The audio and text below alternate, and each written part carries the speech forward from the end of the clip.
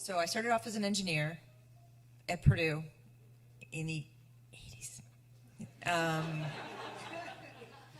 Late 80s, but 80s nonetheless.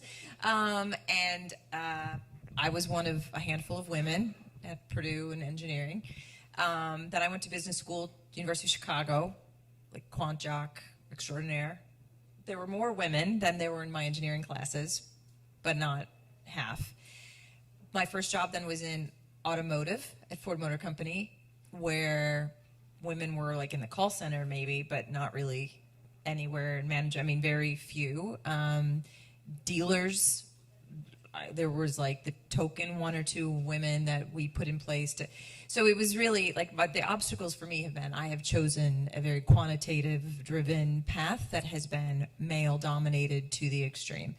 And so I think the barriers for me were not that there was anything wrong with the men, it was just that there was, I think it was difficult. I think it was difficult, and now I think it's kind of going in the opposite direction. And I have two sons, so I say that thinking about my sons going to the workforce. But it was difficult because it was very clear you didn't get the same opportunities. You didn't get the same opportunities. I was not. Somebody next to me was promoted. I was asking for the promotion, and it was just a no. And it was like the head of HR was a woman. It was just always. It was always very disheartening. You know, so you move jobs. I had a horrific fallout with one of my employers. Like all you have to do is Google me, you'll know who it is. 15 plus years ago. And, you know, looking back, would it have been the same if I was a man? I think not. I mean, and so I think there's been a lot of barriers to being strong, outspoken, you know, just, you know, willing to be a change agent, willing to break the status quo, and that sets you up.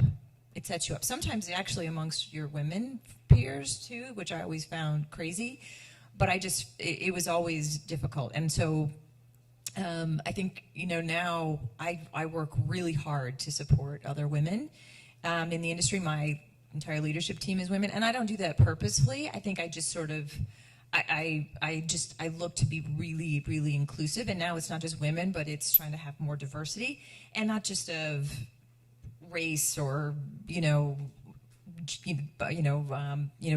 physical or gender identity, but it's also about just real diversity of thought. Really looking for people who have had totally different experiences, so that I don't veer towards sameness. So I feel like there's been a lot of progress, but I'm very conscientious, because I think of in my own career path, the obstacles that I faced of trying to make sure that that's not the case, and also trying not to be over-indexing now to be not inclusive of the men on the team, and trying to give them the equal support, because I do hear and feel like it's like they feel like they're the new minority, you know, and so you're trying to be that balance as well.